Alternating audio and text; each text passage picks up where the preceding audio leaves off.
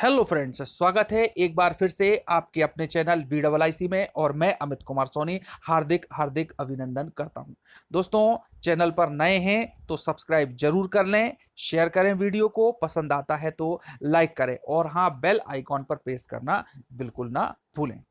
दोस्तों, जैसा कि मैंने आप लोगों को पहले के वीडियो में भी बताया है कि ये मल्टीपल चॉइस क्वेश्चन जिनकी संख्या 10 है, एक सीरीज चालू की गई है 3 सब्जेक्ट पर, चाइल्ड डेवलपमेंट एंड पीडागोजी, मैथमेटिक्स और एनवायरमेंटल साइंस। किसके लिए ये की गई है? स्टार्ट व्यापम की परीक्षा जो आने वाली है जनवरी में, शिक्षक भर्ती परीक्षा, पात्रता परीक्षा वर्ग 3। दोस्तों, उसी के संदर्भ में ये सीरीज है। तो दोस्तों, पिछली बार जो मैंने क्विज नंबर 1 थी उसकी आंसर शीट में इसमें प्रोवाइड करवा रहा हूं, जैसा कि आप सब लोग देख सकते हैं। और इसमें जो सीरीज के बाद में क्वेश्चन जो पूछे जाएंगे और उसके आंसर की जो आंसर शीट रहेगी वो मैं आपको वीडियो के लास्ट में प्रोवाइड करवा दूंगा। तो वीडियो पूरा देखें और उसको स्वयं सॉल्व करने का प्रयत्न करें। तो दोस्तों, प्रस्तुत है एनवायरमेंटल साइंस या ईवीएस की 10 multiple choice questions based series.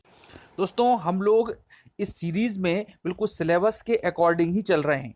EVS में यदि आप इसका सिलेबस देखें वर्ग 3 का, तो उसमें जो पहला पार्ट है हमारा परिवार हमारे मित्र। तो आइए स्टार्ट करते हैं ये सीरीज। दोस्तों, आपके सामने पहला प्रश्न है, छोटे बच्चों के समाजीकरण में खेलों द्वारा जो लाभ मिलता है वह है। पहला ऑप्शन दिया हुआ है, बालक की क्रियाओं का अन्य बालकों की तुलना में मूल्यांकन हो जाता है। दूसरा है, बालक सामाजिक प्रत्याशियों के अनुकूल समायोजन सीख लेता है। तीसरा है, बालक शारीरिक रूप से विश्राम पा लेता है। और चौथा है, बालक के शारीरिक एवं गामक विकास को बढ़ावा मिलता है। प्रश्न नंबर 2 है क्विज का, संयुक्त परिवारों में आश्रित व्यक्तियों की देखभाल में कोई परेशानी नहीं होती। आश्रितों में शामिल हैं तो दोस्तों कौन कौन शामिल होते हैं इसमें? पहला ऑप्शन है वृद्ध, दूसरा है बच्चे, तीसरा है स्वस्थ व्यक्ति और चौथा है ये सभी, यानी कि 1 2 3 जो दिए हुए हैं वो चौथे में भी शामिल हैं। चलिए दोस्तों, अगला प्रश्न है आपके सामने कि निम्न में से कौन सा कथन सत्य है?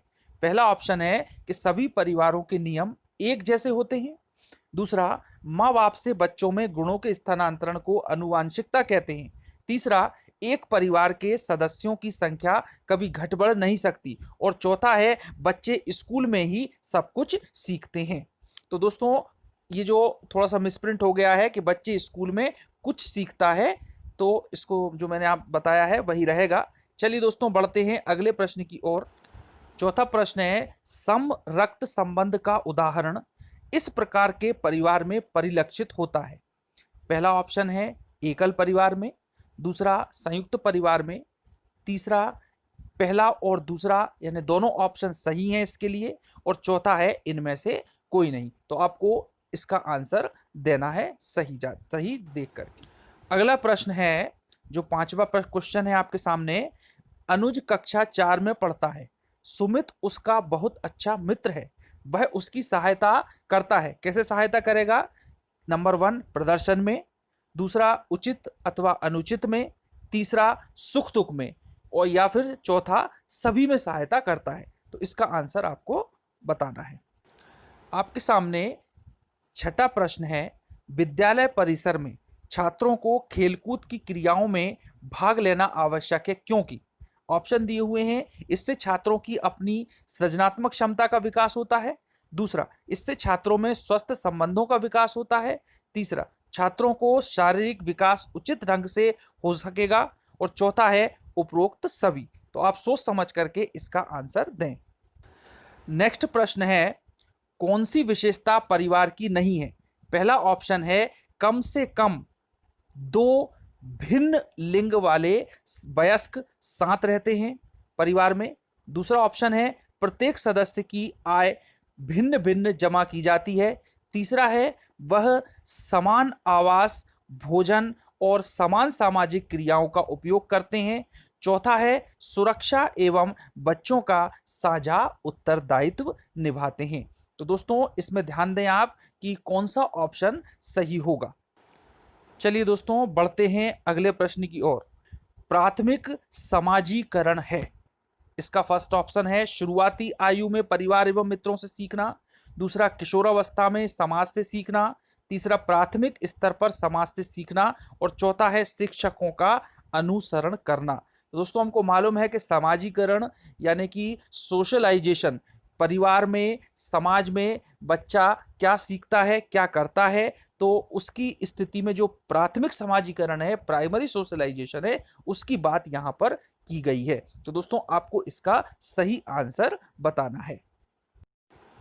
अगला प्रश्न है कि परिवारों के टूटने के फलस्वरूप बच्चों पर होने वाली प्रतिक्रिया है। दोस्तों परिवार में हम लोग रहते हैं, यदि उसमें किसी प्रकार से लड़ाई झगड़ा हो जाता है तो बच्चों पर उसका नेगेटिव प्रभाव पड़ेगा। तो उसी के बारे में प्रश्न है। तो पहला ऑप्शन है कि बच्चों का अंतर्मुखी होना, दूसरा बच्चों में विद्रोह पनपना, तीसरा ऑप्शन है बच्चों का कुंठित हो जाना, और चौथा है ये सभी, यानी कि फर्स्ट, सेकंड और थर्ड तीनों परिस्थितियां हो सकती हैं परिवार के टूटने से। तो दोस्तों आप इसका आंसर सोच समझ के लगाएं कि क्या हो सकता है। उसके बाद में हम बढ़ते हैं अपने आखिरी प्रश्न की ओर। 10वां और लास्ट क्वेश्चन है इस क्विज का कि एकल परिवारों की अपेक्षा संयुक्त परिवारों में कार्यभार कम होने का कारण है। तो संयुक्त परिवार होता है तो कुछ कार्यभार वहां पर कम हो जाता है, तो उसका मुख्य कारण क्या हो सकता है?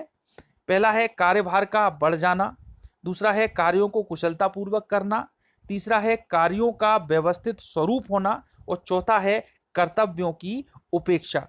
तो दोस्तों इसमें क्या आंसर सही होगा ये आपको पता लगाना है। तो ये स्टूडेंट्स 10 प्रश्न थे जो कि इम्पॉर्टेंट हैं, आपको जरूर पसंद आए होंगे। और जो अच्छी तैयारी की है, यदि वो 8 से 9 क्वेश्चन कर लेते हैं तो समझिए कि बहुत अच्छी तैयारी है, और जो इससे कम करते हैं तो उनको थोड़ा और तैयारी करने की जरूरत रहेगी। तो दोस्तों ये जो है आपके सामने, ये मैंने आंसर शीट भी प्रोवाइड कर दी है, तो आप इससे आंसर अपने मिला सकते हैं। दोस्तों मिलते हैं अगले वीडियो में। चैनल को सब्सक्राइब करें, लाइक करें, शेयर करें। धन्यवाद। जय हिंद।